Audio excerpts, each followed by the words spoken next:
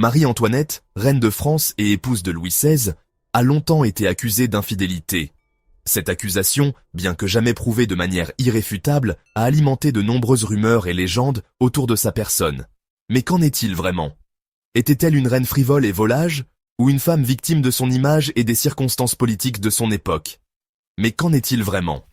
Pour comprendre les dessous de cette histoire, il est essentiel de plonger dans le contexte historique et social de l'époque.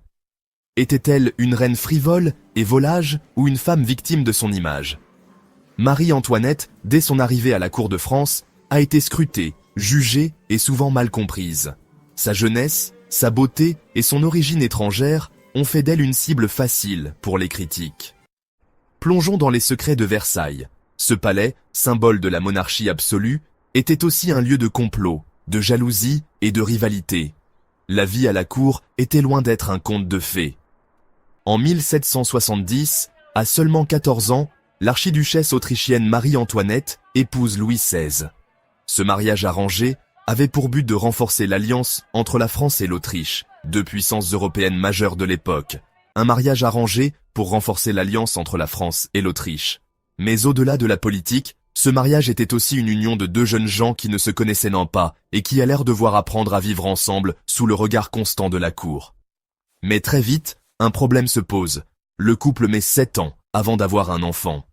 Dans une cour où la descendance royale est cruciale, cette attente devient rapidement un sujet de préoccupation et de commérage.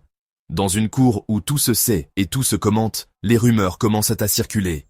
Les courtisans, toujours à l'affût de la moindre information, se délectent des difficultés du couple royal. Si Louis XVI ne remplit pas son devoir conjugal, Marie-Antoinette a-t-elle cherché du réconfort ailleurs? Cette question, bien que délicate, est au cœur des spéculations sur la vie privée de la reine. Le nom qui revient le plus souvent, lorsqu'on parle des amours de Marie-Antoinette, c'est Axel de Fersen, un noble suédois rencontré en 1774.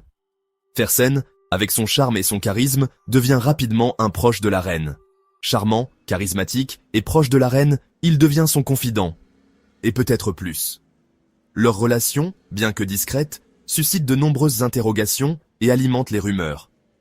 Certaines lettres, entre les deux amants, ont été volontairement noircies, laissant planer le doute sur la nature exacte de leur relation. Ces lettres, précieusement conservées, sont aujourd'hui des témoins silencieux de cette époque troublée. Amour platonique ou passion secrète? Le mystère demeure. Les historiens continuent de débattre sur la véritable nature de cette relation, mais aucune preuve irréfutable n'a encore été trouvée. Dans une